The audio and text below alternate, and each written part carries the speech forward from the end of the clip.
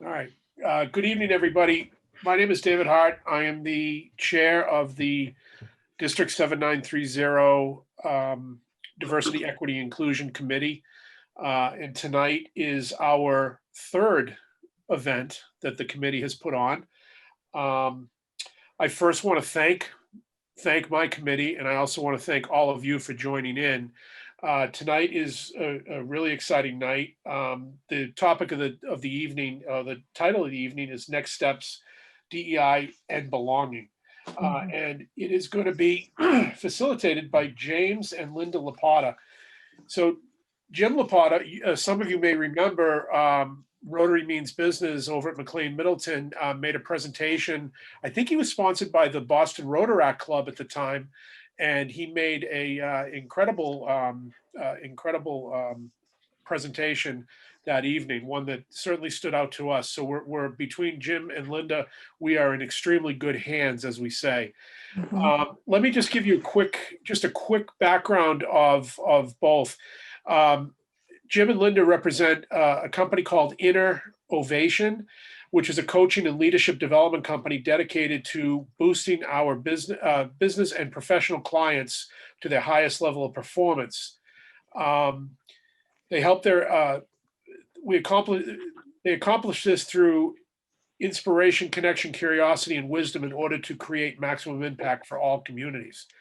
Jim is an executive coach supervisor with over 30 years of corporate executive experience, including on Wall Street and digital consulting. He released 2 books on leadership, and both of which have been widely published. He's been published in Forbes magazine, NPR, the Boston Globe, the New York Times, and he's also a fellow at Harvard's Institute of Coaching and serves as board president for the Massachusetts LGBT Chamber of Commerce. Linda also is an executive coach with over 20 years of experience growing emerging leaders. Currently, she's not only is she part of InnerOvation, but she is a director of interpretation at the National Susan B. Anthony Museum House, and she is a recognized authority on women's empowerment. She's been interviewed on NPR about the work of Susan B. Anthony, and is regularly published in local communication outlets on activist topics. And I'm going to give a shameless plug for Jim's book, which he told me which he did not ever mention to me, but I have to tell you, I went on and I bought the book. I know it looks reversed, but here it is, okay? It is, I'll tell you right now, I got it yesterday and I'm about halfway through it already. So it's a great read. So I'm going to order it now. Jim and Linda, I'm going to kick it off to you. Thank you. Oh my goodness, what an intro. And Lynn and I were just chatting about how fun this group is. It feels like happy hour. So we're going to try to make DEI even happier hour. How's that? Sounds good. All right. Let me see if I can bring up our slides. We're very, very excited to be here. Many of you, just a quick show of hands. How many of you were at the workshop that I gave a couple of years ago? Okay, fairly good number. Cool, that's great. So some of you know a little bit about my background from that, and we're going to get a little more from everybody in just a moment. Very excited to be here. Technology, there we go. DEI and Belonging, Policy into Practice. Let me take you quickly through what we're hoping to accomplish today, because David, Alex, Lexi have given us tall orders. So we've got to make you models for the world on DEI in just the next hour and a half or so. We're going to do some framing. We're going to do workshop agreements, baseline measures, breakout discussion, and debrief around it. Topic number 1. This is going to be the heart of it. Suggested tools, assignments for a break. We'll take a little break. We're going to do some further breakout discussions. These discussions are the heart of it. I want to talk about that in just a moment, and then we're going to get commitments and takeaways. Just a little bit, well, I'll do this in intros. Actually, so what I want to do now, we do have a large group, but I want to get as much participation as possible. part of my background is in coaching. Part of diversity, equity, and inclusion is getting people involved. So while we have too large a group for everyone to speak up, what I would love is if people could put into chat, and we've already got your name, but maybe your chapter location, and let us know what would make this a great workshop for you. And while you do that, I'm going to explain just a little bit of my story. Many of you know it from when I spoke a couple years ago. I was working on Wall Street at Bear Stearns. How many people know Bear Stearns? Yeah, I brought down the entire economy into, no, thank you. I am that powerful. No, I left before that. But I was working at Bear Stearns, and I was a go-getter, eager young worker there, and doing really well, but struggling. And the senior executive, several layers above me, noticed me, and she took me aside, and she was great. And she later did what I learned was coaching. She took me through an assessment that showed me a circle. Some of you may remember this when I talked about this. I don't remember what the assessment was, but on one side of the circle, there were all these dots.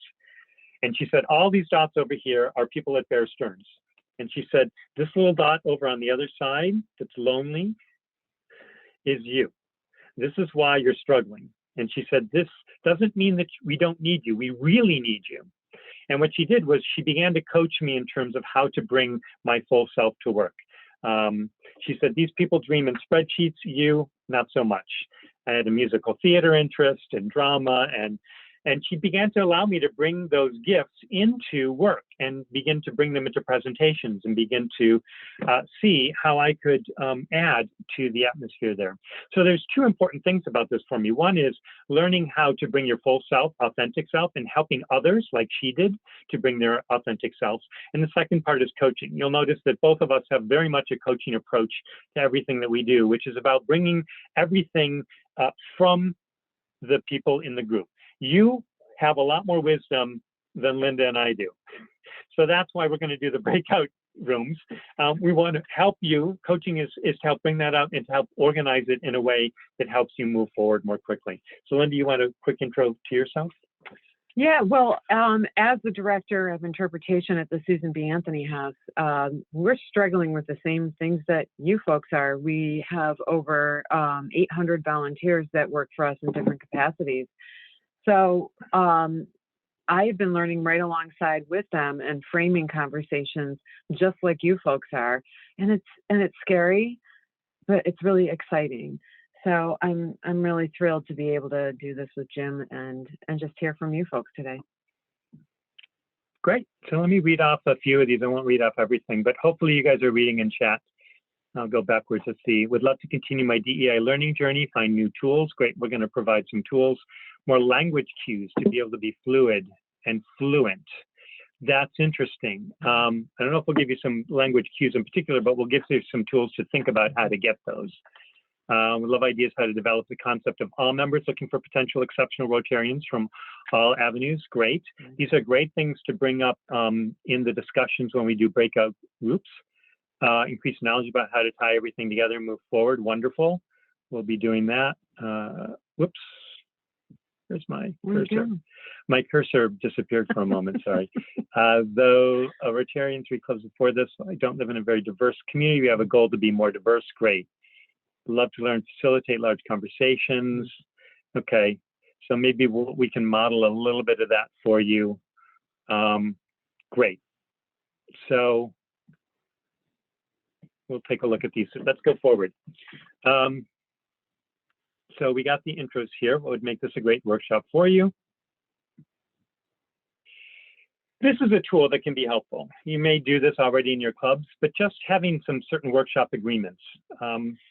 And so I put a couple in here, and if people want to put some in chat, sometimes this is a way to help people know that they're in a safe space or to make something explicit that it's a safe space. So I might say, you know, we want to agree in this workshop, particularly when we get into breakout rooms, that we remain open-minded, that we share honestly. Other things, you know, feel free to put in things like, this is a safe space. Sometimes, so all perspectives are valued. That's great. Yes. This is, sometimes people like to say we want to be in a non-judgmental space. One of the things that's important to know in bias training is that bias, we always have bias, we're always judging. That's the only way we know how to do one thing or another. But one of the things to do is to bring an open-minded attitude and to acknowledge that our judgments are not always helpful, are not always accurate. And so to bring that kind of mindset. The shorthand is often want to remain non-judgmental. What are some other things that would be helpful? What DEI actually is. How do you define DEI? Great. Treat others as I'd like to be treated, be welcoming, stay positive. Great. And what I'd like to do is, especially when you're in your small groups, if you have a sense that somebody may be violating one of these, one of the tools that we're going to talk about is we want to try to confront people in private. So maybe just a private chat to them. Or, we can also appeal to larger values. This is another part of it. So if our larger values are around staying positive and respectful, we can do a blanket overlay. But doing these kinds of things intentionally ahead of time can begin to help us create safer spaces for all sorts of inquiries. And the other thing to say, and I'll say this here, is as we go through, if you need to add to this, or you want to subtract, or you want clarification, we can always stop. Part of DEI is slowing down in order to move forward. This feels, a lot of times when I work with hiring, right?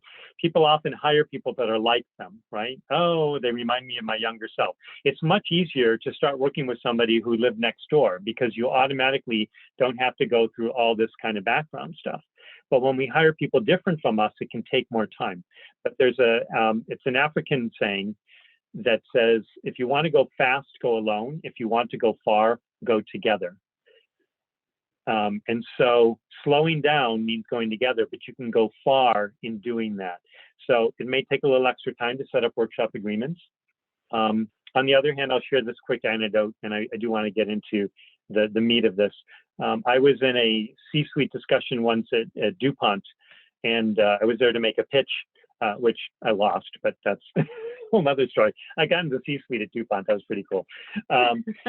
Learning, growing, I was young. It was fun. But what impressed me was they said, you'll have time for your pitch, but the first 5 minutes of every executive meeting that we have once a month, we read our mission and value statements, and they comment on one of their values. And so that's a slowing down of a process. You would think C-suite would just have this in their brain. But if a group like that can commit to slowing down to commit to our values, and that really impressed me. Why don't you take them through the framing and the Sure. measure setting? So Rotary has been focusing on DEI lately and has created a citation tool for you on DEI. And some recent questions have been raised anecdotally and in surveys around not understanding unconscious bias, microaggressions, overcompensation anxiety, and inclusion. So we'd like to start with a few questions to find out where this group is, where you're at, and so that we can cater the workshop to your most important needs. So in the chat, on a scale of 1 to 10, how important is DEI to you in your Rotary group? What did you put? The most important thing ever? The most important thing ever. All right. Let me see. Let's see. 8. Oh, wow. These are right. Yeah. Wonderful. This is great. Now, if I could get my cursor back. Why did my cursor keep disappearing? There it is. Okay. Okay, so it looks like we've got probably about an average of 8. Probably about an average of 8. We've got a bunch of 7s, 8s, some 10s, 9. This is the most important thing. Okay. Actually, some of you have asked about resources. Anybody know Frances Frey? She's a Harvard professor. She released a book called Unleashed, I think last year. And she's she's got 6 steps to creating great cultures. And one of the 6 steps is about diversity, equity, inclusion, belonging. And she, I think, makes one of the most powerful cases for putting diversity, equity, and belonging at the core of any organization's mission. And so those of you who put 10, congratulations, that's wonderful. It is the core, it's how we get farther. Okay. All right. Great. So on a scale of 1 to 10, how close are you to being fully satisfied with how your Rotary Club handles DEI right now? Could you put 4 or 5. the best in the world? Yeah, we are a model. We are for a the model world. for the world. That would be 10. Let's see here.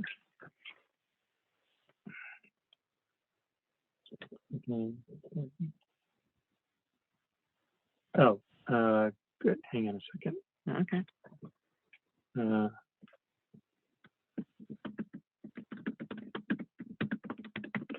All right, let's see. 2, 4.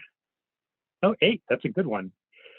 Ones that have higher numbers are great to learn from. One of the great coaching tools is called appreciative inquiry, which is inquiring about groups that are doing well or places that are doing well, and inquiring, what are you doing well? And then we appreciate it, not just, wow, you're doing great, but we appreciate it in terms of appreciation, mathematically increasing it. So we want to take what they're doing and enhance it for our groups. Appreciative inquiry. So Jack Moynihan, Linfield, you put an 8. So when you're in groups later, we're going to ask people to learn from each other. That's great. Even people with, a 4 or a 2 or a 5, an optimistic 9, whatever, there's always something to learn from. Even groups that have a 1, there's always something we can learn. Mm-hmm. Cool. Super. All right. So what could improve your rating by 1 or 2 points? What are some thoughts? This is a hard question. This is a hard question. But this is in a nutshell where we're going to start to go. By the end of today, we want each of you to go away with a specific, measurable, achievable, relevant, time-bound goal that you personally can commit to, that you don't need your group to commit to, that you personally can commit to. But this is more, more largely, what could improve your rating in any way by 1 or 2 points? What could your group do? What could you do? Great. So let's see, maybe start with some unconscious bias training or testing. Yep, bring in speakers to appeal to diverse audiences, more involvement from members, become more knowledgeable. Our DEI's governor's citation will help us increase our rating by 2 to 3. Hopefully, yeah, great. Having conversations with understanding unconscious bias, sessions like this, perfect. So this is a lot of times, in particular in coaching, this is why coaching can be a powerful tool, is these are things that are off the top of our head. And this is all great. But because it's off the top of our head, we've already thought about a lot of this already. So we want to use this space to go deeper. There's a coaching tool called the list of 20. And if you've got a goal to make your diversity and inclusion activities better, write out 20 possible ways to do that. The first 5 to 10 are going to be easy. They're off the top of your head. The next 10 to 15 are going to be a little more of a stretch. And by 15 to 20, you're going to be calling up other people. I need help. And those are the ones that are going to get deeper than you've ever gone before. So let's use this session to really go as deep as possible to help you move forward. Okay? All right.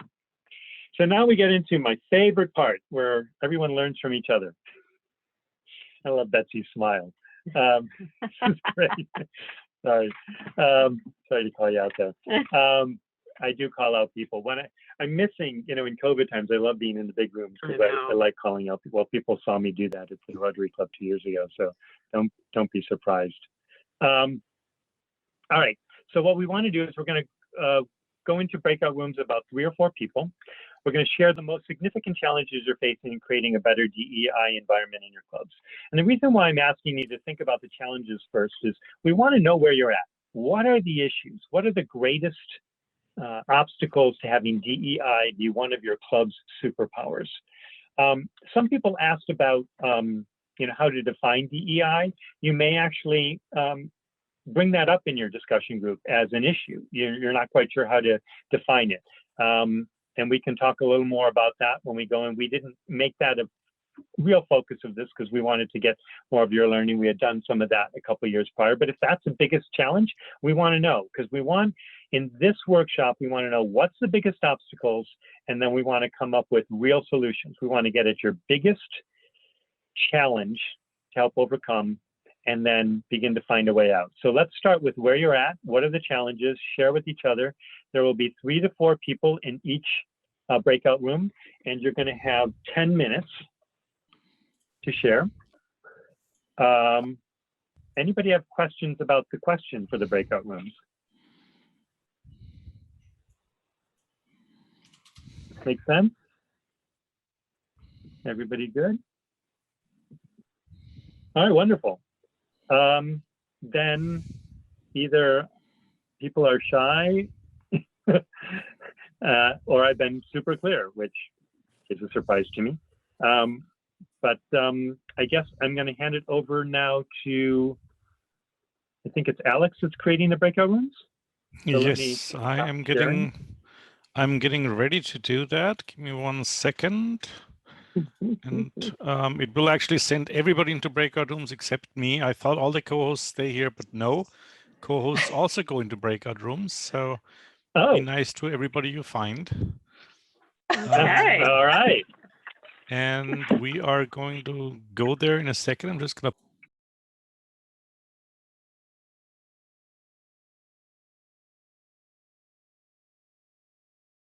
Okay, let's see. We got include more young Rotarians with diverse opinions. That's an obstacle. Getting members to realize the importance of DEI.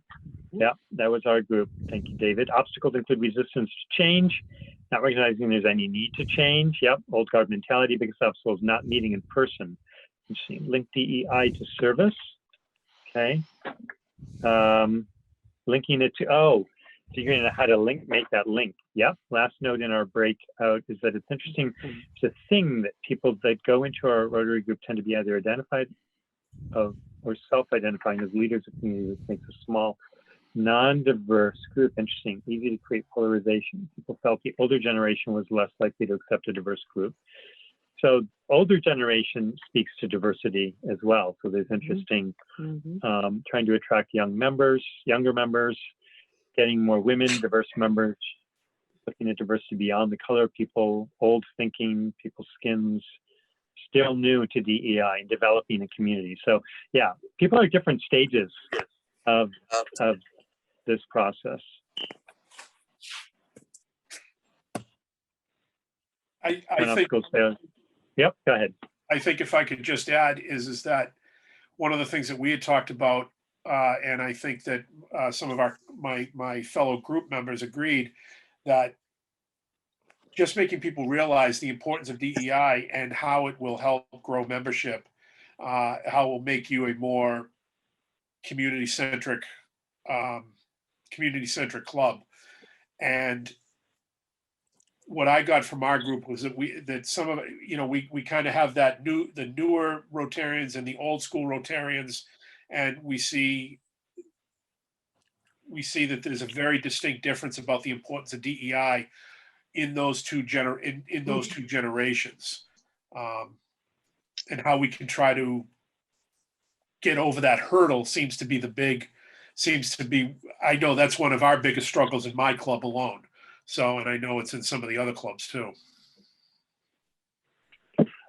I'd be curious, just a randomized poll, because this was a big issue in the group that we were in. What percent, 10% to 100% of your group doesn't think DEI is a problem at all? What percent of your group? Like 50% think, why are we even talking about this? 75%, 60%, 20%, okay. 25%, 20%. They don't understand DEI. 50 or more, 25%, okay. This is, so if people don't think there's a problem, how motivated do you think they would be to solve it? Rhetorical question. So one of the biggest obstacles I'm hearing is how do we impress upon people the importance of this? One of the reasons we asked you at the beginning, in scale of 1 to 10, how important is this to your group? Many of you answered from a personal perspective or tried to mix personal. If there's a significant number in your group, and if they tend to be important players, this sounds like a huge obstacle. So maybe when we think about solutions, which we're going to start to get into, we want to come up with some concrete, measurable, specific things to think about before we leave today. Maybe this is a big area. I do a lot of work in startup community, and they call this the leap of faith proposition. What's the biggest, scariest, most difficult thing you have to deal with in order to make your startup work, or in order to make this work? Use Prezi. I love that. It's like a magical little, if we had a magic wand and could make everything go the way you want. It's called mute all. I'm on it. I use a magic wand in my I lost coaching. my magic wand a year ago. Oh, geez. I'll get you a new one. This one's not working as well. I need a new one. But thinking about the leap of faith proposition, which they talk about in Silicon Valley, is what's the biggest leap of faith you have to make? And maybe it is convincing important people to move on. And then figuring out what is some small, measurable, achievable thing that you can do to move that along. Okay? Maybe it's getting different people into leadership roles. Maybe it's, maybe it's having difficult conversations with some of these people. Maybe it's whatever it is. Okay. So we're not going to go into too much depth about that because I do want to give us a break and some time to think through, because we're going to try and go deeper. Whoops, I should have started.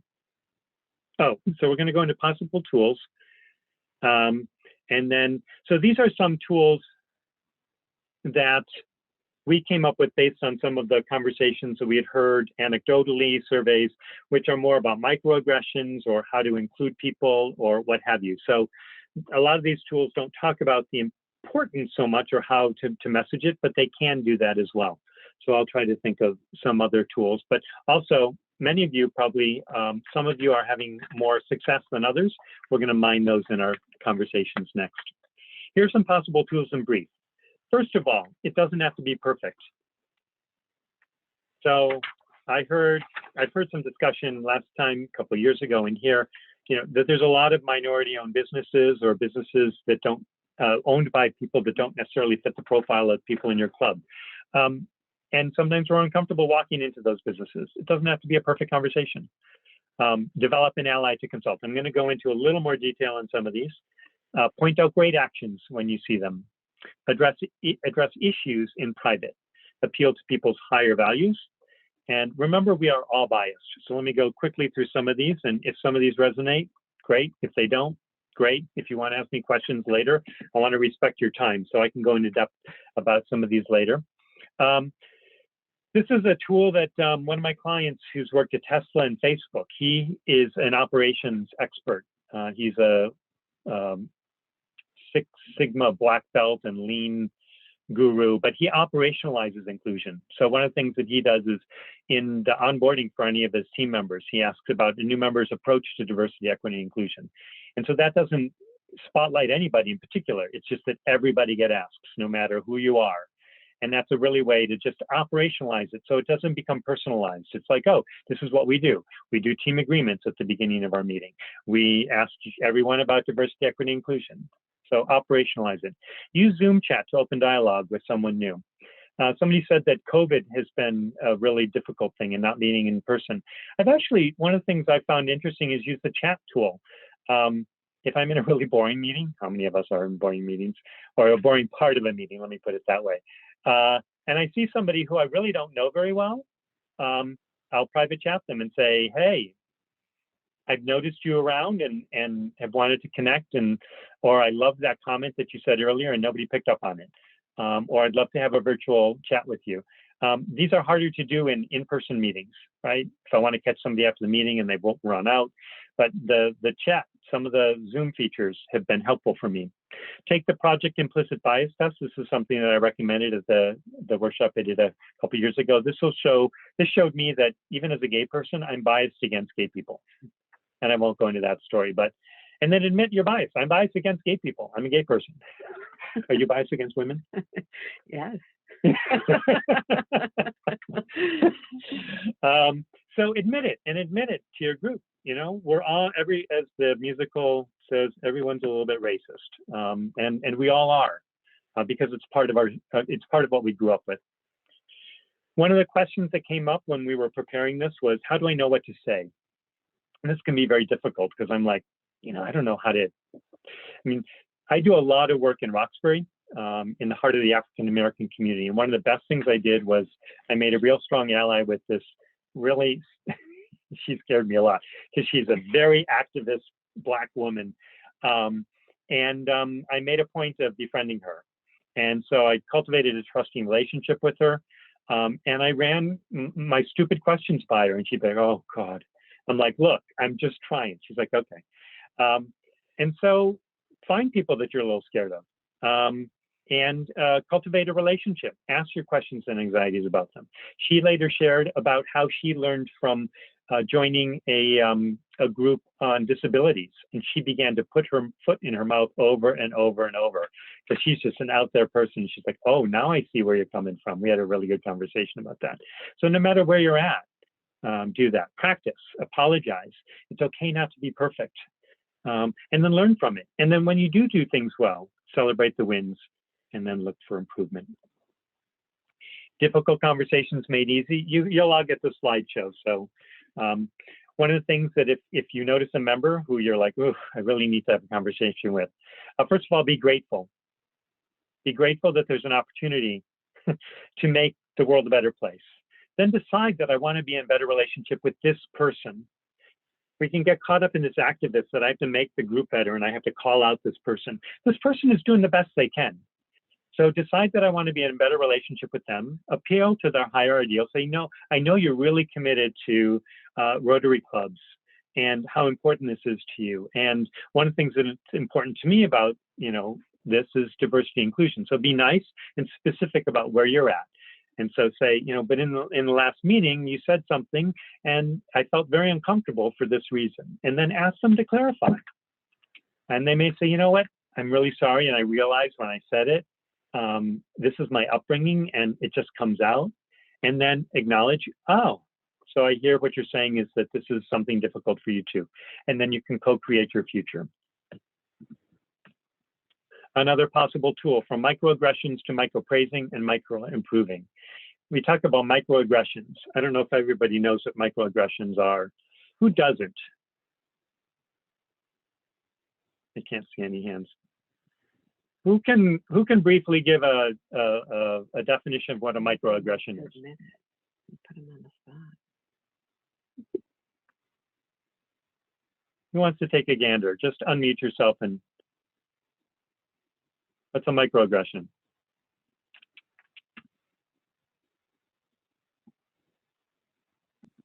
I can take a stab. Anybody? Okay, great. A microaggression is, wow, I've never actually defined a microaggression before. I know what it is, but I've never described it. Love it. It's essentially like mini discriminatory or bigoted remarks that are usually based off of some sort of common stereotype that's sort of peppered into regular conversation. So so it includes a bias. So for example, a really common example of a microaggression can be like asking a person of a different race where they're really from. So a lot of folks of like Asian descent that I grew up have a story where that's happened to them, where someone will be like, oh, where are you from? And they'll be like, I'm from New York. And then they'll be like, no, but like, where are you actually from? So that something like that is considered a microaggression. Yeah.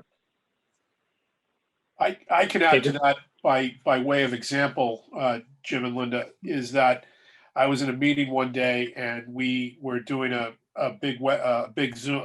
It was a WebEx call, actually, I believe, and we had a couple people that we had ASL interpreters were there and were present because a couple of the attendees needed that accommodation. And there was discussion. We were having trouble showing some slides, in that when they showed the slides, the interpreters were not seen anymore, and that kind of whole thing. And so at one point they said, let's stop doing any slides at all for the meeting. And so that meeting ended. Then the next meeting came about, and somebody had a slide presentation. We were still on the same platform. We hadn't improved our platform. And the person started out by saying, I know we're not supposed to show slides, but I'm going to turn on this slide deck anyway. And it just was, it was very, it became a very uncomfortable, uninclusive meeting for the people that needed the ASL interpreters. So luckily it got about 5 or 6 slides deep, and then somebody who was running the meeting finally said, this is not working, let's shut down the slide presentation. So that was that was defined to me as a microaggression. And the person who started the slide deck didn't do it on purpose, but they did it anyway. And that was the issue. Yeah, and that's huge in terms of, a lot of times microaggressions are unconscious. Yeah. So it's the unconscious bias. So one of the ones that I used last time was, I don't think of you as gay, right? And so what that says to me is, well, you can't really bring your whole self here because I don't think of you that way. And a lot of times we don't know, right? So this is where microaggressions, we want to think about them to turn them around. If we see something that we think is a microaggression, the other person probably doesn't know, So we want to approach them with we want to praise people in public. So if somebody offers, some great idea around diversity, equity, and inclusion, say, wow, that's really wonderful. Be specific. Don't be, not genuine. We want to correct in private. That's really important because people will get defensive if you're in front of other people. So maybe pull them aside later and just say, just so you know, and use that difficult conversation format. Say, when you said that I don't think of you as gay, you probably didn't think that was a big deal. And here's why it is. And just work through some clarification. We can apologize, we can practice, and we can move forward. So micro praising, micro improvement. Now what I'm going to do is I'm going to let you go on break. But before I do, I want you to think about how many people know SMART goals. Anybody not know a SMART goal? Okay, everybody knows pretty SMART goals. Smart. Smart, specific. SMART goals are smart. It's supposed to be specific, measurable, achievable, relevant, and time bound. And I'm going to put this Google spreadsheet if you want to use it. Actually, let me share that with you right now. Hang on. I'll bring this up. If people want to go in here, I'm going to put, I wonder if you're going to be prompted to get access. Let's see. Put this in chat, everyone. Okay, if you want to go into this Google Sheet, I'll show it to you. You can begin a first draft of, what I'm looking for is something specific. Can everybody see the spreadsheet there? So some SMART goal that you can think of to do in the next month, because we're going to send out a survey in about 30 days to see where you're at, see how we can help you progress. One of the things we like to say is that training without follow-up is entertainment. We don't want this to be entertainment. Oftentimes we go, wow, that was really great, and then nothing comes of it. Yeah, this is really the next hit on Netflix, no doubt. Well, this is not it. You're right. My sidekick here. Sorry. Okay, so one possible example, reach out to 5 Rotarians I've been scared to talk to about diversity and ask them questions that scare me a little bit. Specific, yes. Measurable, yes. Achievable, give myself an 8. Relevant, yes, by Wednesday, May 7th. And I have a feeling I'm going to have to let a lot of people in a moment when I go into my email. But let's go on break. Jim, if you just open the sharing settings, you can just open up the document to anybody with the link. Oh, cool beans. Change at the bottom, change to anyone with the link. You know, it's There so we great go. to have you here, Lexi, to teach us. And Alex would have said something, I'm sure. Yeah, and then change where it says Awesome. viewer on the right side, change that to editor. editor. Yeah, Oh, go team. oh, the wisdom of the group. Beautiful. That's why we got tech gurus on the call. That's awesome. All right. So the purpose of this at this point, because when we come back from break, I'll give you till 8:05. What might you want to commit to for a month from now? A month from now. And in our breakout groups, we're going to go a little more specific. We're going to help each other come up with, so this is just a first draft that you can do during break. And then we can learn from each other and hopefully come up with some really great things. And not only maybe we can commit to specifically that I can do, but also some other things that we might want to share with others as well. Okay? Any questions about break? How long do you want the break to be? To 8:05. 5 minutes. 5 8:05. minutes. 8:05 reconvene. Awesome. Yay. Thanks. Thank you, Alexander. Yes, thank you, Alex. Just doing operations here. It's all good. Nice. Hey, Operationalizing inclusion. Jim, I think it makes sense that what we should do is we should send when we pull together a copy of the slide deck as a separate attachment, send out the sheet directly to everybody that's participated so that they can fill it out also. Oh, great. Yeah, so a link to the sheet would be helpful also, I think. Yeah, it should be this link. I got it saved in chat. It's all good. It's also in the slide deck too. Okay. It should be in there. But yeah, we'll make sure we'll double check. Again. Guess I'm not in a group. What'd you say, Earl? I said, I guess I'm not in a group, which is fine. I'm sorry I was late to the party, but I'm just glad I was able to make it. And I'm really impressed with what you're doing here, and particularly the participation. I'm working with a group from our district. We recently formed a DEI committee, the Grow Rotary Initiative. And, we're really excited. We're doing some great work. Some people are very committed to and enthusiastic about the work that we're doing. But I appreciate the questions that are being asked and the issues that are being addressed. Is this being recorded? Because I know there are other team members who learned at the last minute that they were able to attend and they were not able to receive the original link. I actually sent a beg this afternoon, and so I do appreciate being able to be here. But is this being recorded? So the main sessions are being recorded. The breakout sessions and personal discussions are safe spaces, and those are not being recorded. Okay. And the good news for you is that we're randomizing the groups for the second breakout session. So you are already pre-assigned to room 9 in the second upcoming breakout session. So you will be part of this. Great. Well, I look forward to it. But again, thank you so very much. Glad to be here. No, thank you, Earl. Room 9 is in for a special guest. Thank you, Earl.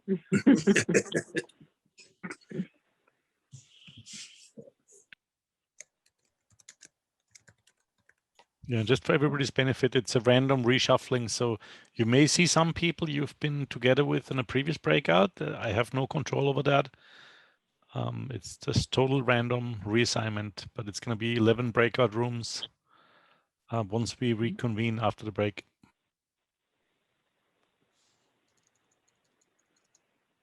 We'll let the powers of the universe determine what we learn. Actually, Linda, do you want to say this out loud? Is that all right?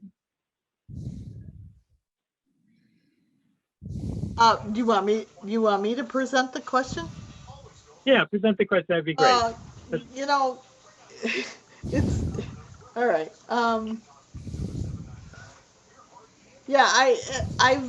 This is how I got interested in everything, and then I belong to some other organizations, and I've heard it mentioned several different ways and several different times. And you know, I'm concerned. It's concerning, you know, to me, because I'm not one of those privileged. I live in affordable housing, and there's not that many affordable houses, and that's an issue here in Winchester. So I just want to know how to address it when I hear it, how to respond to someone that Winchester is considered a privilege. I don't like to even say it, white community. So Linda, thank you. I love it when we bring up like real issues. Yeah. And I don't want to answer it in a larger space right now, but I want to make sure that we're thinking about these things when we go into solutions, because there's a lot of assumptions going on in a lot of different conversations, right? And, you know, part of that is, you know, what assumptions do we bring? Where are our biases? And then when we hear things like that, how do we confront them? And how are these obstacles to kind of creating the communities and Rotaries that we want? Mm-hmm. So I want to hold that question and bring it into our breakout room. So you want to set up the breakout rooms for us? Yeah, so in your breakout room, you are going to share solutions you are thinking of using in your clubs, and you're going to come up with an action that you personally commit to taking in the next month to move your club at least 1 point higher on the 1 to 10 scale. And I don't think we had any 10s. I don't think we had any. So there's room to move to being a DEI model for the world. And so you've already come up with the first draft of these in the Google Sheet. So the invitation in the breakout rooms is to share with others and maybe go deeper. Maybe think of something that's maybe different than what you put in there, or hear what others are saying. Okay. Any questions about the question? All right, 10 minutes. Can you put the question back up? Sorry, I was trying to. Oh yeah, if people want to well, I can't put it in chat because then it goes away. But if people can take a screenshot, that's one way to do this. Okay. Oh, okay. Yeah, take a screenshot. I often suggest. How can I? How do you do that? Or a picture with your phone. Use your phone. Oh, duh. That's the other way. There's no duh here. Yeah. Everything's great. If you have any questions, ask Lexi. I like that. There's no duh here. I really like that. All right.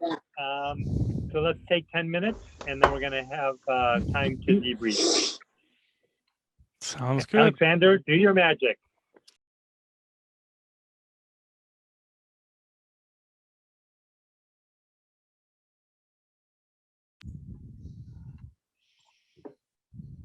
We were. No. I needed more time. Yeah, we were having a great Can I go back? Yeah, Us too. We all needed more time. Yes, it really is not enough time, guys. I'm very sorry. I live by the directions by Jim and Linda. They said 10 minutes. That's what I And programmed. Alex is always right on time. You have to be a little more diverse with your timing, you know. Follow along. I was in a conversation with Alexander, and he actually, I'm almost certain he had like the countdown by second. He did. Us off. Harry and David, I was saying, I look forward to your upcoming years, and Lori, yours too, and Alexander, because you guys are you're just gonna rock it. It's gonna be great. And Terry, Let's see, if you like, we can send you to your own breakout room. It's like being sent to the naughty chair, David. I That's think not that she would nice. like that. She would like that too much, actually, I think. I'm gonna mute myself. She might enjoy it too much, exactly. Right. Yeah. Yeah. But Betsy, my last word there when we left the room was, I am still optimistic about the future. I am as well. I am as well. I think we all should be very optimistic about the future. Yes. The future is looking brighter and brighter. Participating, we should be optimistic about it. Oh, yeah. Yeah. Who's optimistic about the future? Raise your hand. Who's optimistic about what? The future. 2 hands. The future. 2 hands. Yay. Maybe it's easier than being optimistic about the past. Good one, Matt. That was a good one. That was a good one. So wonderful. What are some things that people can share? One or two things, put them in chat. Somebody can say something out loud. What's a goal that you're optimistic about? I'd like to share something that I thought was demonstrated really nicely in our group is we were lucky enough to have Earl in our group, who is from a different district.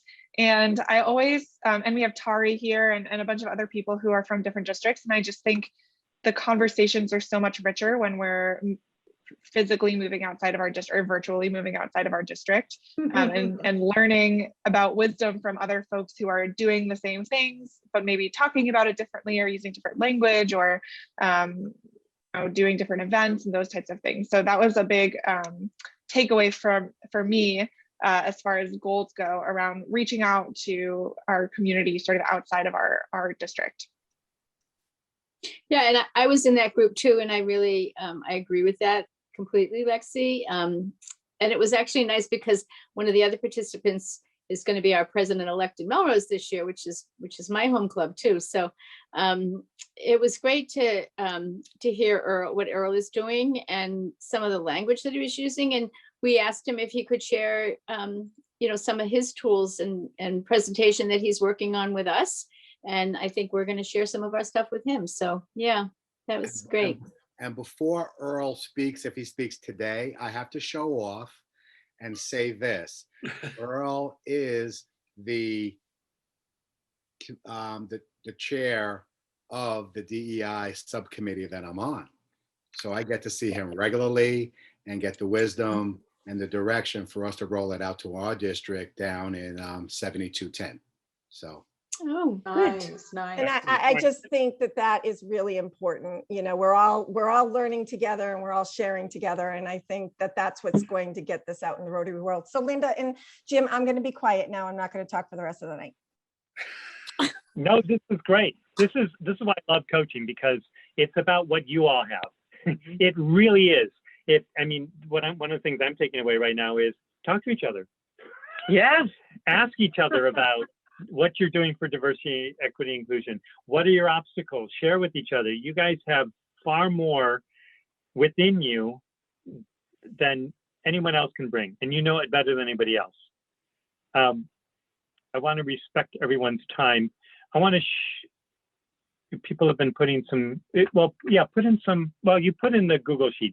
I guess what would be helpful is any other takeaways. I want to share with you one really interesting thing that came out of the Rotary Club workshop I did 2 years ago. A friend brought, I can't even remember who it was, but anyway, one of his friends found out that he was going to this diversity workshop, and his friend said, "Oh, I'm really interested," but he's not a Rotarian. African-American, he said, "I want to come and I want to find out what's going on." On the way over, the guy looked up my biography and he said, "Oh no, it's a white guy." Right? Another white guy talking about diversity, equity, and inclusion. But what was really interesting was afterwards he came up and talked to me, and he was been working on a company that deals with diversity, equity, and inclusion. And I began working with him on it. I can't take any credit for it, but we began having discussions. I kind of helped him, and he set up his own company around diversity, equity, and inclusion on the website. But this is a really great resource for you as well. And his journey of creating this was being part of your Rotary diversity, equity, inclusion. So he and his sister actually have created this it's kind of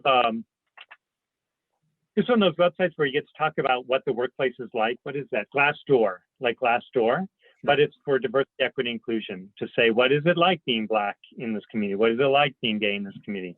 What's it like being, et cetera, et cetera.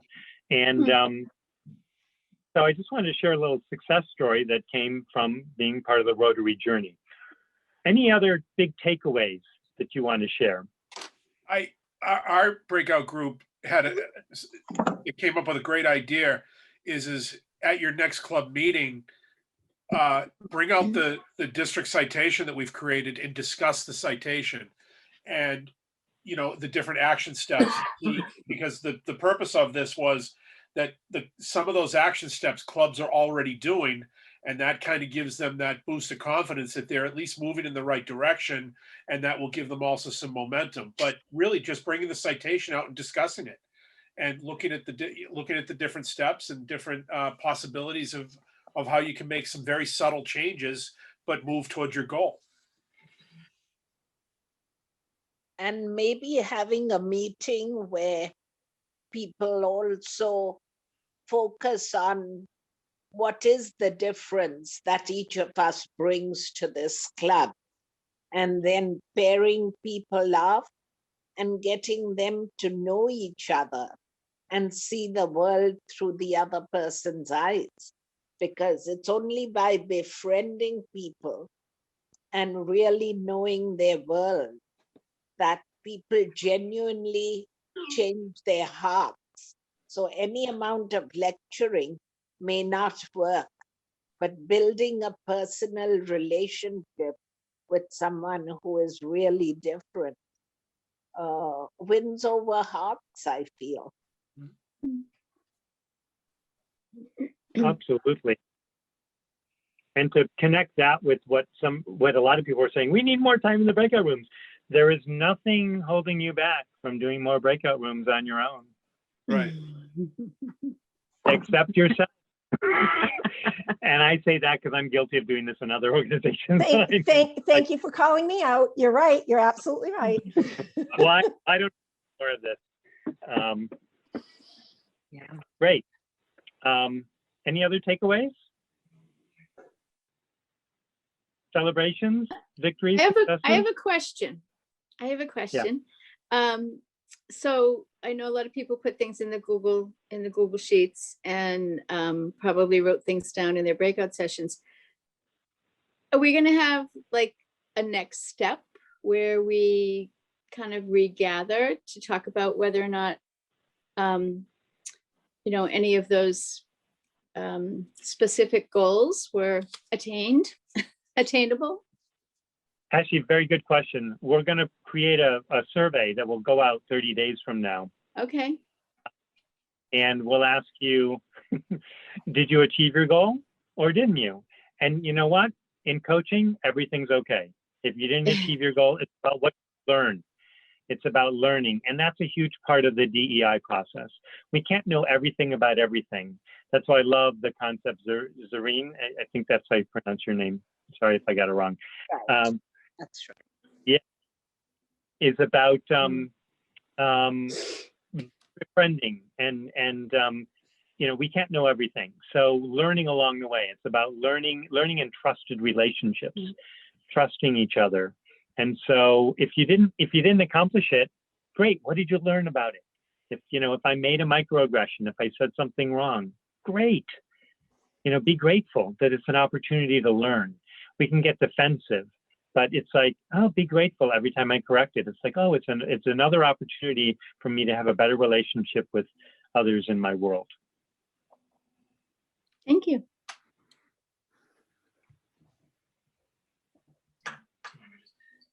Good. All right. We want to respect everyone's time here, so. Thank you so much, Jim and Linda. So if I could just say, Jim and Linda, once again, thank you very, very much. Alex, thank you for managing mission control for us and getting us back and forth to where we needed to be.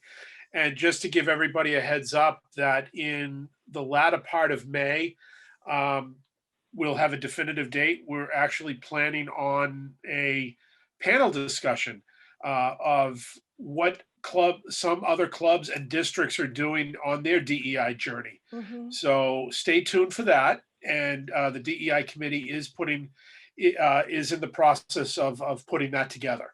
So you will hear something from us probably in the next week or two as to what the date, et cetera, is going to be going forward. Okay. Everybody, thank you for coming. And you will also receive in the next couple of days, you're going to receive a survey through SurveyMonkey via email on feedback from tonight's session. So we ask you to, as soon as you get that, to please respond to it, because that will also drive and dictate what the committee's going to do moving forward as we move forward for the rest of this Rotary year and into the following Rotary year. So thank you, everyone. Good night. Stay safe. And Jim and Linda, once again, thank you very, very much for your time. It was amazingly informative. I appreciate it. Thank you No, both. thank You guys are awesome. Thank you. Thank you, guys. Thank you, everyone. Cheers. It's nice meeting some of you. Thank you. Sorry to You're scream. all great. Love it.